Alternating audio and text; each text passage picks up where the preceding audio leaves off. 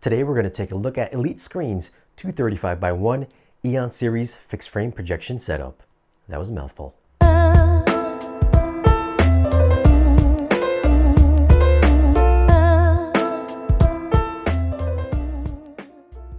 What's up guys, I'm Shane, and before we kick off the video, if you want to learn more about audio and video products like projector screens, then consider subscribing for new weekly content.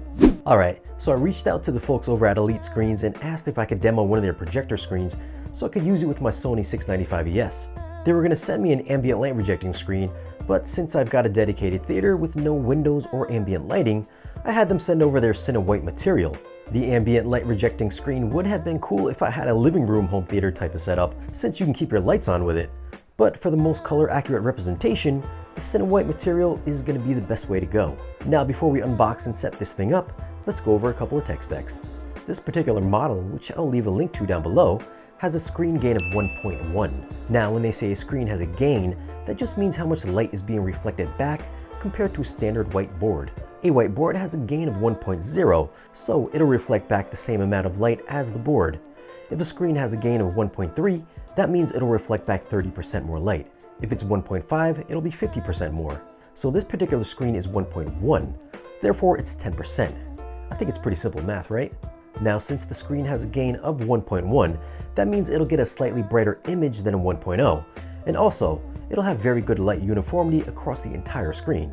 You might be thinking, why not just get a screen with a high gain like a 2.0 or something higher? Well, the higher that you go up, the better chance you'll get hot spotting.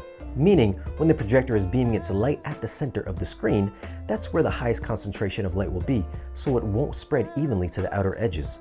Of course, there are other factors like throw distance between the screen and the projector that makes a difference in hot spotting. This particular screen is part of the Aeon Series, which has 0 borders, so it's edgeless.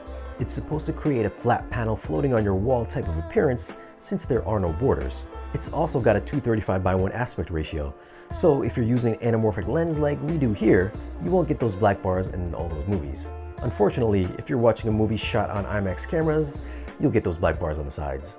Alright, let's get this thing set up and give it a look.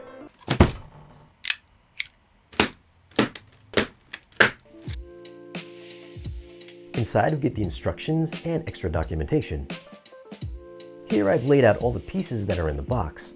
We have the frame pieces, 2 center joints, 2 support bars, the screen material, mounting hardware,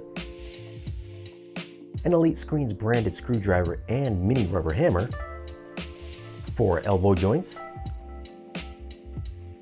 and if you want, these are trim pieces that attach to the outer edge of the screen with 3M adhesive. This will create a black slim border around the frame. It's optional, so you don't have to use it. Now the first step is to join the top and bottom frame pieces together by using the center joints. Just slide it between both flat ends and align the holes. Grab some screws and screw them down on both ends. You'll have to do this for the opposite end of the frame as well.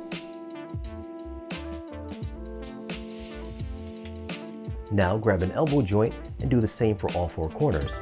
Just make sure the flat side is facing up.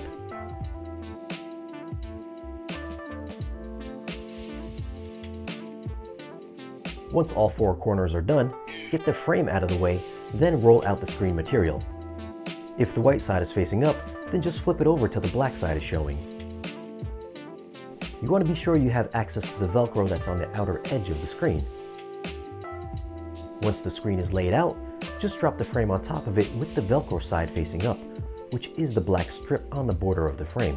Now line up the corners of the screen and the frame and just go around the entire perimeter, Velcroing them both together. Once you finish one end, I suggest doing the opposite end so it's easier to pull the screen to get the tension just right. The corners can be a little tricky, so you may have to pull a little harder so the screen covers the entire corner. Once the screen is attached, grab the center support and center it in the middle of the screen. Once it's done, it should look like this. Alright, so this is just a temporary setup right now, since I can't really fit a flat screen on this particular wall, because it's not really a wall, it's actually a big bay window right here. So the screen actually covers the bay window, which curves outwards. So ideally, I would need a curved screen to fit right in here, which is what I normally use. So I had to take the curved screen down, put the flat one up here, put the Elite screen up here. And the geometry is off because it sits a little bit closer since it's kind of sticking out from the bay window rather than curving inwards. So the geometry is a bit off, but you can still get an idea of the performance and the brightness and the contrast that you're going to get from the screen. Now, since this is a white screen, it's going to perform horribly with any kind of light on. You can see here it's just all kinds of washed out looking. But if I turn the lights off, it's like having a giant TV on the wall. Colors are very saturated and extremely vibrant. Now, depending on your projector, that's going to be the deciding factor of how good colors will be. But for the $695, it looks fantastic. Black levels again are very projector dependent, but for my setup, shadow detail is clearly visible, very deep and very rich. It's not perfect, but that's more of a projector thing than the screen. Now onto some brighter scenes. There's some fantastic dynamic range here with zero hot spotting. No matter what seat you're in, you'll have uniform brightness anywhere in the room. If I was sitting on an end seat, I didn't notice any color shifting or weird anomalies. If I got up really close to the screen, however, I could make out some of the screen texture, but at 6 or 7 feet away, I wasn't able to tell a thing. So none of this is going to hinder the viewing experience. And if I compare it to a silver ticket screen that I have on hand, which is in the same price category, you can see it's a little shinier than the silver ticket, which also has a rated gain of 1.1. But spending some time with the Elite, I think it was just a tiny bit brighter than the silver ticket, which did help out with HDR content.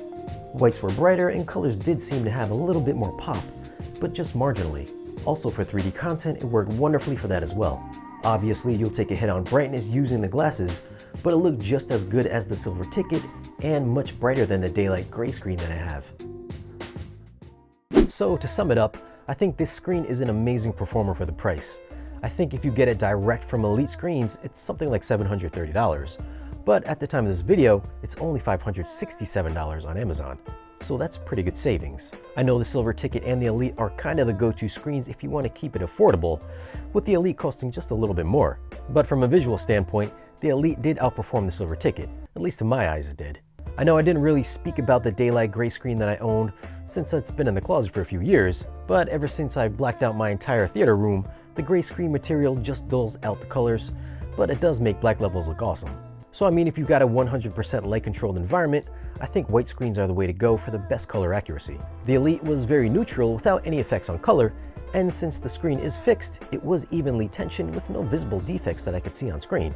As far as setup, it only took me about 20 minutes to put together, so it's super easy to get up and running. And if you want, they also offer an LED light kit that you can apply to the outer edge of the screen if you want your screen to glow. I personally never been to a movie theater where the screen was illuminated around the edges, but you may like that look. Now, if you guys are interested in picking this screen up, I'll leave a link for it down below in the description. It's just a great screen at a great price. If any of you guys own the Elite screen, then let us know down below in the comments. Be sure to follow us on social media, and if you want exclusive content and giveaways, then stop by our Patreon page. Don't forget to like, share, and subscribe.